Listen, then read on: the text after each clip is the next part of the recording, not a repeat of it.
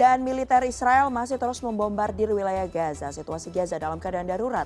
Minimnya fasilitas kesehatan dan banyaknya korban yang berjatuhan membuat tenaga medis juga kewalahan, termasuk diantaranya Rumah Sakit Indonesia yang berada di Gaza Utara atau sekitar 2,5 kilometer berbatasan langsung dengan Israel. Lalu bagaimana kondisinya? Kita sudah bergabung bersama dengan Ketua Presidium Mercy, Sarbini Abdul Murad. Selamat sore, Dr. Ben. Selamat sore, Mbak. Baik, kami coba menghubungi relawan Mercy yang ada di jalur Gaza, Gaza Utara. Namun memang kesulitan, hal ini kondisinya berbeda dengan sekitar 2 hari yang lalu. Yang ingin kami tanyakan, kapan kemudian terakhir interaksi atau mendapatkan kabar dari tim Mercy yang ada di Gaza Utara? Dan bagaimana kondisi mereka? Kondisi sekarang memburuk, Mbak. Di rumah sakit listriknya sudah mati. Kemudian di Wisma Indonesia pun listriknya pun tidak maksimal ya. Memang nggak hidup. Kemudian sama teman-teman kita sudah kontaknya hilang muncul Mbak. Kadang-kadang ada, kadang-kadang enggak gitu. Tapi kita masih bisa berkomunikasi walaupun tidak bisa memberikan informasi secara detail kondisi di sana.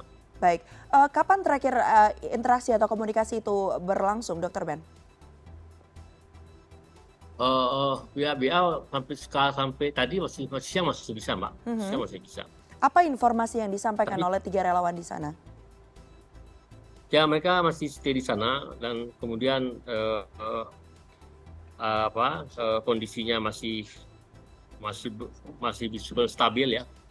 Kondisi belum stabil. Kemudian anjuran pemerintah juga untuk mengevakuasi. Jadi sekarang ini memang saat-saat yang sangat krusial bagi teman-teman di Gaza dan masyarakat di Gaza. Nah, oleh sebab itu kita mencoba untuk menjalin komunikasi untuk lebih intens lagi, walaupun dalam beberapa saat kemarin kita agak susah menghubungi teman-teman, Mbak. Baik. Sebelumnya saya sempat berbincang dengan salah seorang relawan, yakni Mas Farid, menyatakan di sana setidaknya dalam 5 menit terakhir ada 3-4 serangan roket yang ada di sekitar Rumah Sakit Indonesia.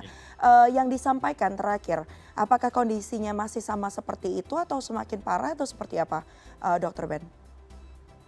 Ya, kondisi makin memburuk, Mbak. Makin memburuk kondisinya gitu. Karena ini kan ada ancaman untuk keluar dari Gaza, 1,1 juta orang harus keluar dari Gaza. Mungkin sebagian membaca ini indikasi bahwa akan terjadi perang besar antara Israel dan Hamas. Jadi sebagai masyarakat ada evakuasi, sebagai masyarakat pun ada yang kebingungan apa harus dilakukan. Jadi keadaan pada hari pada caos semua. Baik. Kita mengharapkan mudah-mudahan teman-teman silakan, Dok. Kita mengharap teman-teman di Mercy bisa memberikan informasi yang lebih akurat untuk masyarakat Indonesia, dan kita juga mendoakan agar teman-teman bisa selamat dan bisa melaksanakan tugas dengan baik. Baik, terkait dengan anjuran yang sudah juga digaungkan oleh Kementerian Luar Negeri untuk mengevakuasi begitu ya warga negara Indonesia yang ada di lokasi-lokasi yang dinilai memang tidak aman. Apakah kemudian ini para relawan nantinya juga akan ikut dievakuasi dan prosesnya akan seperti apa kira-kira, Dok? Kalau iya.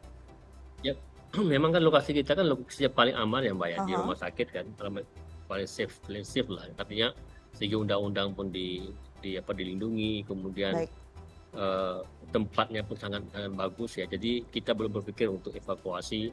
Kalaupun toh misalnya sangat terdesak, hanya harus geser dari situ, meminta dia geser ke agak ke selatan, ke daerah tapi tidak keluar dari Gaza, karena memang daerah panas itu daerah utara dekat dengan rumah sakit kita, sekitar 3 atau 4 kilo dari rumah sakit kita, Mbak. Baik, terakhir informasinya, kebutuhan mendesak apa saja yang sangat dibutuhkan oleh para relawan dan juga Rumah Sakit Indonesia? Karena sebelumnya saya tahu bahwa Mercy ini juga sempat meminta Kementerian Luar Negeri bisa memfasilitasi pengiriman relawan begitu dan juga bantuan ke Gaza. Tapi kita lihat dinamikanya ini berlangsung saat ini. Jadi progresnya seperti apa ini, Dok? Ini banyak semua dibutuhkan ya, obat-obatan dibutuhkan, makanan dibutuhkan, semua dibutuhkan dalam hal ini. Dan memang kita kan mempunyai 2 opsi, Mbak. Opsi pertama adalah mengirim tim medis ke sana itu, dan kita lagi memperjuangkan ini sampai bisa berhasil. Dan kalau toh misalnya gagal, kita punya opsi kedua adalah mengirimkan tim bantuan kemanusiaan yang berhubungan dengan dengan makanan, obat-obatan dan yang berhubungan dengan medis. Jadi kita ada dua opsi lah. Kalau kita usahakan orang bisa masuk membantu dan membantu dokter-dokter yang ada di Gaza. Kemudian kita tahu bahwa mereka itu sangat lelah, sangat capek, ada yang meninggal, dan demikian juga dengan para medis. Dan kemudian kalau ini nggak tembus dengan sesuatu pertimbangan, maka kita akan mencoba untuk menyalurkan bantuan.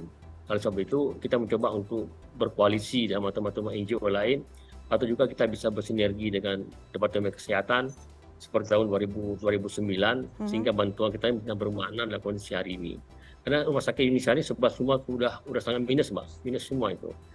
Jadi kalau misalnya tidak segera dilakukan pertolongan, maka saya nggak bisa bayangkan apa yang akan terjadi.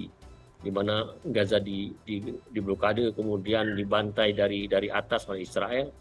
Ini akan menjadi bencana kemanusiaan yang harus patut untuk bersama kita pikirkan untuk bisa menyelesaikan perang ini yang banyak menimbulkan korban-korban sipil.